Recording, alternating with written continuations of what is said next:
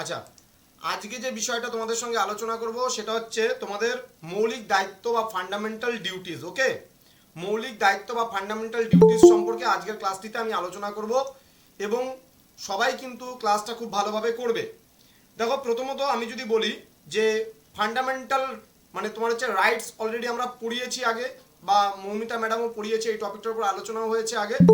এবং আজকে আমাদের যে আলোচনার বিষয় সেটা হচ্ছে ফান্ডামেন্টাল ডিউটিস। ওকে, ফান্ডামেন্টাল ডিউটিস বলতে গেলে বোঝাচ্ছে মৌলিক দায়িত্ব। এবার দেখো, মৌলিক দায়িত্বর কথা যদি বলি, এটা আমাদের ভারতের সংবিধানের কত নম্বর ধারায় আছে, তাহলে বলতে হবে 51 এর A নং ধারায়। মানে 51 নং ধারার মধ্যেও কতগুলো উপধারা রয়েছে, তাহলে এই ধারার মধ্যে কতগুলো উপধারা থাকে, তাহলে 51 এর A নং ধারায় কিন্তু রয়েছে মৌলিক দায়িত্বের কথা। এবং যদি বলে কত নাম্বার পার্টে রয়েছে, তাহলে 4 এর A নাম্বার পার্টে কিন্তু রয়েছে তোমার হচ্ছে ফান্ডামেন্টাল তোমার হচ্ছে ডিউটিস, বা ফান্ডামেন্টাল ডিউটিসকে আমরা বলছি মৌলিক দায়িত্ব। ঠিক আছে, তো এবার আমাদের প্রশ্ন আসতেই পারে যে ভারতীয় সংবিধান যখন প্রণীত হলো তখন কিন্তু ভারতীয় সংবিধানের যে বিভিন্ন বিষয়গুলো ছিল সেগুলো কিন্তু বিভিন্ন দেশ থেকে অ্যাডপ্ট করা হয়েছে, এবং সংবিধানের বিষয়বস্তু বিভিন্ন জায়গার থেকে নিয়ে নিয়ে তারপরে কিন্তু আমাদের দেশের সংবিধানটা রচিত হয়েছে। বিভিন্ন দেশে যেই দেশে যেটা ভালো সেই দেশ থেকে সেটা নিয়ে কিন্তু আমাদের সংবিধান রচিত হয়েছে। তাহলে এই মৌলিক দায়িত্বের ধারণাটি কোথা থেকে নেওয়া হয়েছে যদি পরীক্ষায় প্রশ্ন আসে, তাহলে বলতে হবে সোভিয়েত রাশিয়া থেকে, বা সোভিয়েত ইউনিয়ন থেকে, বা বলতে পারি ইউএসএসআর। ঠিক আছে, এই তিনটে নাম মনে রাখবা। অপশনে তোমরা ইউএসএসআরও পেতে পারো, অথবা সোভিয়েত রাশিয়াও পেতে পারো, অথবা সোভিয়েত ইউনিয়নও পেতে পারো। এই টপিকের উপরে অলরেডি তোমাদের পিডিএফ দেওয়া কিন্তু ভিএসসি আন্ডারস্ট্যান্ডিং ইন্ডিয়ায় কিন্তু হয়ে গেছে। ঠিক আছে, তোমাদের আরেকটা কথা বলে দিচ্ছি, ভিএসসি আন্ডারস্ট্যান্ডিং ইন্ডিয়ার ওপরে আহিলি প্রকাশনী মানে আমাদের যে প্রকাশনী আছে সেই প্রকাশনীর কিন্তু বই বেরোচ্ছে এই সপ্তাহের মধ্যে, অর্থাৎ 2 থেকে 3 দিনের মাথায় তোমরা কিন্তু বই পেয়ে যাচ্ছ। ক্লিয়ার, সেই বইটাও তোমরা নিয়ে নিতে পারবে যদি অবশ্যই নেবে, কারণ বইটা পড়া ভালো, সবসময় স্টুডেন্টদের কাছে বই থাকাটা সবচেয়ে ভালো। ঠিক আছে, বইয়ের উপরে কিন্তু কেউ নই আমরা, আমি যেমন হিস্ট্রি বই লিখি এমন তোমাদের লোকাল ল্যাঙ্গুয়েজ অ্যান্ড ফোক কালচারের উপরে বইও কিন্তু আমিই লিখছি। ঠিক আছে, লোকাল ল্যাঙ্গুয়েজ অ্যান্ড ফোক কালচারের উপরে বইও আমি লিখছি, এবং যাদের হিস্ট্রি আছে হিস্ট্রি মেজর বই কিন্তু আমার লেখা কমপ্লিট, সেটাও কিন্তু আগামী 1 সপ্তাহের মধ্যে তোমরা মার্কেটে পেয়ে যাবা। ঠিক আছে, তো যাই হোক, আজকে আলোচনার বিষয় যেটা যে মৌলিক দায়িত্ব, সেই মৌলিক দায়িত্ব নিয়ে আজকের ক্লাসটিতে আমি আলোচনা করছি, সবাই কিন্তু শুনবে ভালো করে। দেখো কি বলছে ভারতের সংবিধানে, এটা কোথা থেকে নেওয়া হয়েছিল মৌলিক দায়িত্বের প্রসঙ্গটা, কে পারবে? এখনই বলে দিলাম আমি। ভারতের সংবিধানে 51 নং ধারা থেকে স্যার, 51 এ। 51 A নং ধারা থেকে নেওয়া মানে ধারায় আর কি বর্ণিত হয়েছে এটা মৌলিক দায়িত্ব। আর পার্ট নাম্বার কত নাম্বার পার্টে? 4 A নাম্বার পার্টে। এই ধারণাটি কোন দেশ থেকে নেওয়া হয়েছে? এই ধারণাটি বলো, কোন দেশ থেকে নেওয়া হয়েছে এই ধারণাটি? Soviet Russia. Soviet Union. Soviet বা সোভিয়েত রাশিয়ার রাশিয়া। এএসএস। ওকে ওকে, এবার দেখো কি বলছে, ভারতীয় সংবিধান যখন কার্যকরী হয় তখন কিন্তু এই মৌলিক দায়িত্বটা ছিল না, এটা কিন্তু পরবর্তীকালে যুক্ত করা হয়েছে। তাহলে ভারতের সংবিধান যখন তোমার হচ্ছে তৈরি হয়েছিল তখন কিন্তু এই মৌলিক দায়িত্বটা ছিল না, তাহলে মৌলিক দায়িত্বটা কিন্তু কি হয়েছিল পরবর্তীকালে এখানে যুক্ত করা হয়েছিল, এটা মাথায় রাখবে। হ্যাঁ, 1976 খ্রিস্টাব্দের 42তম যখন সংবিধান সংশোধনী হলো তখন কিন্তু কি করা হলো, এই মৌলিক দায়িত্বটা ভারতীয় সংবিধানে অন্তর্ভুক্ত করা হলো। তাহলে বিভিন্ন সময় কনস্টিটিউশনাল অ্যামেন্ডমেন্ট হয়েছে, ভারতীয় সংবিধানের সংশোধন বিভিন্ন সময় হয়েছে। তাহলে যখন 42তম বার যে আমাদের ভারতের সংবিধান সংশোধনী যখন হয়েছিল তখন কিন্তু এই ফান্ডামেন্টাল যে আমরা ডিউটিসের প্রসঙ্গটা যে আসলো সেটা কিন্তু ভারতীয় সংবিধানে গ্রহণ করা হয়েছে 1976 সালে। কত নাম্বার সংবিধান সংশোধনী বললাম? তোমার হচ্ছে 42তম। ঠিক আছে, মনে রাখবে 42তম সংবিধান সংশোধনের মাধ্যমে কিন্তু এটা যুক্ত করা হয়েছে। দেন কি বলছে, কয়েকটা জিনিস মনে রাখবা। 1976 সালের 42তম সংবিধান সংশোধনের মাধ্যমে তোমার প্রথমত যখন মৌলিক দায়িত্ব এটা যুক্ত করা হলো তখন কিন্তু প্রথম অবস্থায় মৌলিক দায়িত্ব ছিল 10টা, কিন্তু পরবর্তীকালে আরো একটা যুক্ত করা হয়েছে। তাহলে হচ্ছে মৌলিক অধিকারের মানে এখন মৌলিক দায়িত্ব কয়টা দাঁড়ালো? প্রথমে মৌলিক দায়িত্ব কটা ছিল? 10টা, তাহলে 11টা। পরে যুক্ত করার পরে 11টা। মৌলিক দায়িত্ব কিন্তু 11টা হলো। বোঝা গেল বিষয়টা?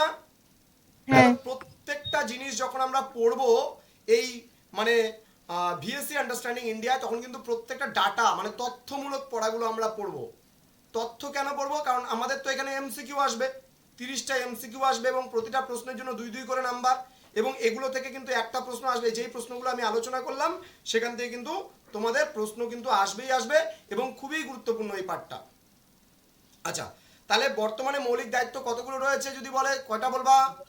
11টা আচ্ছা, তাহলে 11টা হ্যাঁ, দেখো এই মৌলিক দায়িত্বগুলো ভারতীয় নাগরিকরা চাইলে পালন করতেও পারে, আবার চাইলে নাও পালন করতে পারে। এটা কিন্তু বাধ্যতামূলক নয়। সাপোজ মনে করো আমাদের কি করা হয়েছে, দেখবা যে আমরা যারা ছাত্রছাত্রীরা যারা রয়েছো, আমি টিচার রয়েছি তোমাদের, তাহলে আমরা প্রত্যেকেই কিন্তু আমাদের দায়িত্ব কি, বৃদ্ধ বয়সে আমাদের বাবা মাদের দেখা, এটা কিন্তু আমাদের দায়িত্ব। কিন্তু কোনো ছেলে যদি তার বাবা মাকে যদি না দেখে, তাকে কি থানায় ধরে নিয়ে যাবে? তখনও কিন্তু ধরে নিয়ে যাবে না। কেউ কেউ তার বাবা মাকে দেখে, আবার কেউ কেউ তার বাবা মাকে বৃদ্ধ বয়সে হলে পারে বৃদ্ধাশ্রমে রেখে দিয়ে আসে, তাই না? তাহলে সেক্ষেত্রে কিন্তু এই দায়িত্ব, তাহলে দায়িত্বগুলো পালন তুমি করতেও পারো, আবার নাও করতে পারো। তাহলে ভারতীয় সংবিধানে যে 11টি দায়িত্বের কথা বলা হয়েছে, সেই দায়িত্বগুলো আমরা পালন করতেও পারি, আবার নাও করতে পারি, কিন্তু পালন করতে হয়। ঠিক আছে? দায়িত্ব তো প্রতিটা নাগরিকের একটা দায়িত্ব থাকে। যেমন আমাদের বাড়ির সামনে সাপোজ মনে করো প্রত্যেকের বাড়ির সামনে একটা নর্দমা রয়েছে, সেই নর্দমা বা নালাটা পরিষ্কার করা তোমার দায়িত্ব। তোমার বাড়ির সামনে নালাটা বা নর্দমাটা পরিষ্কার করা তোমার দায়িত্ব। তাহলেই তো আমার বাড়ির সামনে নালাটা বা নর্দমাটা পরিষ্কার থাকবে। এবার যেমন মনে করো, সাপোজ মনে করো আমার বাড়ির সামনে যে নদীটা প্রবাহিত হয়েছে, সেই নদীর মধ্যে মানুষ মানে গিয়ে অনেক কাঁচরা, অনেক নোংরা আবর্জনা, অনেক কিছু ফেলে, তাই না? তাহলে নদীটাকে জঞ্জাল মুক্ত রাখা কি, এটা কিন্তু আমাদের দায়িত্বের মধ্যে পড়ে। নদীকে জঞ্জাল মুক্ত রাখা কিন্তু আমাদের দায়িত্বের মধ্যে পড়ে। তাহলে এবার নদীকে কেউ যদি ভাবে যে আমি পরিষ্কার করব না বা জঞ্জাল মুক্ত রাখবো না, তাহলে সেটা তার দায়িত্ব, কিন্তু আমাদের দায়িত্বগুলো পালন করতে হয়। এবার আমরা জেনে নেব যে এই যে দায়িত্বগুলোর কথা আমি বললাম, কি এই দায়িত্বগুলো একটু জেনে নেব, ঠিক আছে? আচ্ছা, তার আগে আরেকটা কথা বলে দেই তোমাদের, সেটা হচ্ছে এখানে একটা ডাটা আছে বা তথ্য আছে, বলে দিচ্ছি। সেটা হচ্ছে 1976 সালে 42তম সংবিধান সংশোধনের মাধ্যমে ভারতীয় নাগরিকদের জন্য অবশ্য পালনীয় 10টি কর্তব্য অন্তর্ভুক্ত করা হয়েছিল সংবিধানে। 2002 সালের 86তম সংবিধান সংশোধনের মাধ্যমে কিন্তু যে 11 নম্বরটা এসেছিল, সেটা কিন্তু 86তম সংবিধান সংশোধনের মাধ্যমে 2002 সালে এসেছিল। আমি কিন্তু কিছুক্ষণ পরে আবার এই প্রশ্নটা তোমাদের করব, মনে রাখবে। তাহলে প্রথমত এখান থেকে যেই প্রশ্নগুলো ইম্পর্টেন্ট, দেখো আমাদের মানে পরীক্ষায় আসবে না যে মৌলিক দায়িত্ব কোনগুলো কোনগুলো। হ্যাঁ, মাল্টিপল চয়েসের প্রশ্নে আসতেই পারে নিম্নলিখিত কোনটি মৌলিক দায়িত্বের অন্তর্গত, আমার আসতেই পারে। আমি সেই 11টা নিয়ে পরে আলোচনা করছি, এটা চলে যাবে আমাদের মানে ডিসকাস বা বর্ণনা মানে বর্ণনামূলক বা আলোচনামূলক প্রসঙ্গে চলে আসবে। কিন্তু যখন তোমাদের ডাটা বা তথ্যগুলো দিচ্ছি যে মৌলিক দায়িত্ব, এটা 51 এ নং ধারায় রয়েছে, কত নাম্বার পার্টে রয়েছে, তাহলে বলতে হবে পার্ট 4 এ পার্টে রয়েছে। দেন যদি আমরা বলি যে মৌলিক ধারণা মানে মৌলিক যে দায়িত্বের ধারণাটি কোথা থেকে নেওয়া হয়েছে, তাহলে সোভিয়েত রাশিয়া থেকে নেওয়া হয়েছে। যদি বলে যে এটা কততম সংবিধান সংশোধনে ভারতের সঙ্গে যুক্ত হয়েছিল ভারতের সংবিধানের সাথে, তাহলে 1976 সালে 42তম সংবিধান সংশোধনের মাধ্যমে ভারতের যে সংবিধান আছে সেই সংবিধানে যুক্ত হয়েছিল। কিন্তু প্রথম অবস্থায় তোমার হচ্ছে মানে মৌলিক দায়িত্বের সংখ্যা ছিল 10টি, কিন্তু পরবর্তীকালে 86তম সংবিধান সংশোধনের মাধ্যমে 2002 সালে এটা ভারতীয় সংবিধানের অন্তর্ভুক্ত হয়েছিল 11 নম্বরটা। ফলে এখন বর্তমানে মৌলিক দায়িত্বের সংখ্যা দাঁড়িয়েছে 11টায় এসে। তাহলে এইটুকু আমাদের খুব গুরুত্বপূর্ণ মৌলিক দায়িত্ব থেকে। তোমাদের এমসিকিউ এর যদি প্রশ্ন আসে, এই কটার মধ্যে থেকেই কিন্তু তোমাদের এমসিকিউ প্রশ্নগুলো আসবে। এবার আমরা চলে আসবো, জেনে নেব মৌলিক দায়িত্বগুলো কি কি, সেটা একটু জেনে নেব, ধ্যান দেবে। বলছে প্রথমত সংবিধানকে মান্য করতে হবে, অবশ্যই আমাদের আমরা মানে প্রত্যেকেই দেশের নাগরিক, আমাদের সংবিধানকে তো আমাদের মানতে হবে, এবং সংবিধানের আদর্শ, সাংবিধানিক প্রতিষ্ঠানসমূহ, জাতীয় পতাকা, জাতীয় সঙ্গীতের প্রতি শ্রদ্ধা প্রদর্শন কিন্তু আমাদের করতে হবে, এগুলো করতে হয়। এবার মনে করো তুমি যদি না করো, কেউ কিছু বলবে, তোমাকে কেউ কিছু পিটাবে, তোমাকে বাড়ি থেকে তুলে নিয়ে যাবে থানায় পুলিশ, কখনোই নয়। তাহলে মৌলিক দায়িত্বটা আমাদের মানতে হয়। আমরা বলছি আমি মৌলিক দায়িত্বটা মানতে হয়। যেমন সাপোজ মনে করো 15ই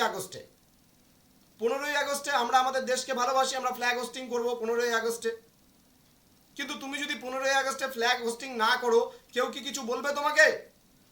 কেউ কিন্তু কিছু তোমাকে বলবে না, কিন্তু আমার দায়িত্ব এটা তুমি একটা নাগরিক হওয়ার তাগিদে তোমাকে এগুলো সেলিব্রেট করা তোমার দায়িত্ব। ভারতীয় জাতীয় পতাকার প্রতি সম্মান প্রদর্শন করা, সঙ্গীতের প্রতি শ্রদ্ধা প্রদর্শন করা, এগুলো কিন্তু তোমার দায়িত্বের মধ্যে পড়ছে, বিষয়গুলো মনে রাখবে। 2 নম্বর বলেছে যে সকল মহান আদর্শ দেশের স্বাধীনতার জন্য জাতীয় সংগ্রামকে অনুপ্রাণিত করেছিল সেগুলিকে পোষণ করতে হবে এবং অনুসরণও করতে হবে।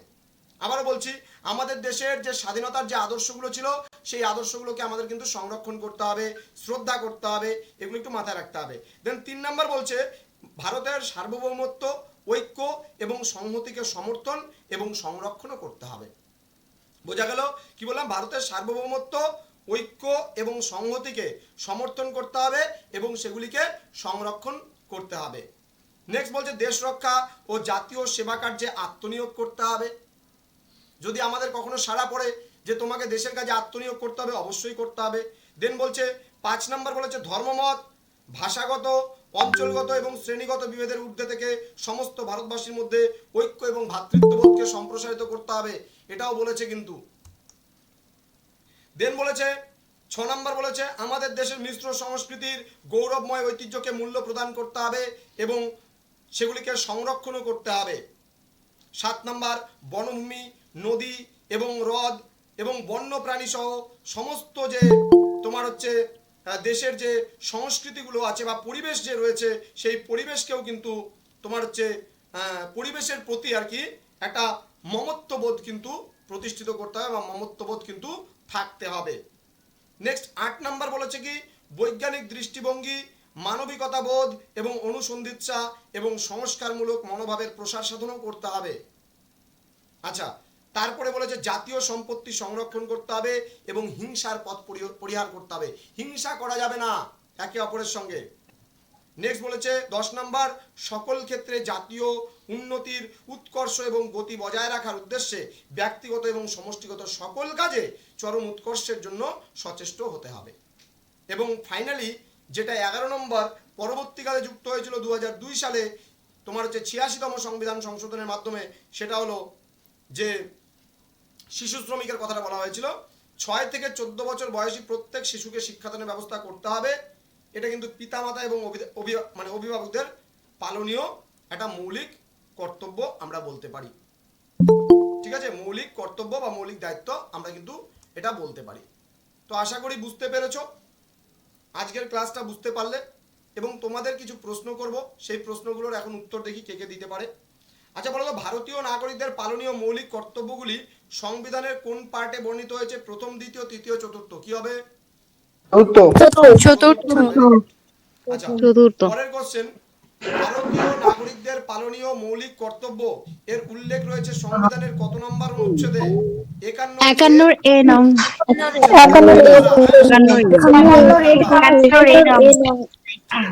অনুচ্ছেদ মানে কিন্তু ধারা, হ্যাঁ এটা মনে রাখবা, অনুচ্ছেদ মানে ধারা।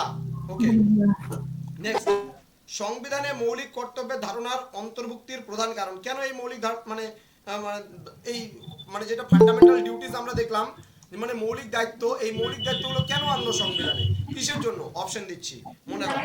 মৌলিক অধিকারের অপব্যবহার রোধ করার জন্য, অসাংবিধানিক কার্যকলাপ সংযত করার জন্য, না শাসন বিভাগের বর্ণিত ক্ষমতা সংযত করার জন্য, না মৌলিক অধিকারকে অর্থবহ করার জন্য? কি হবে বলো তো?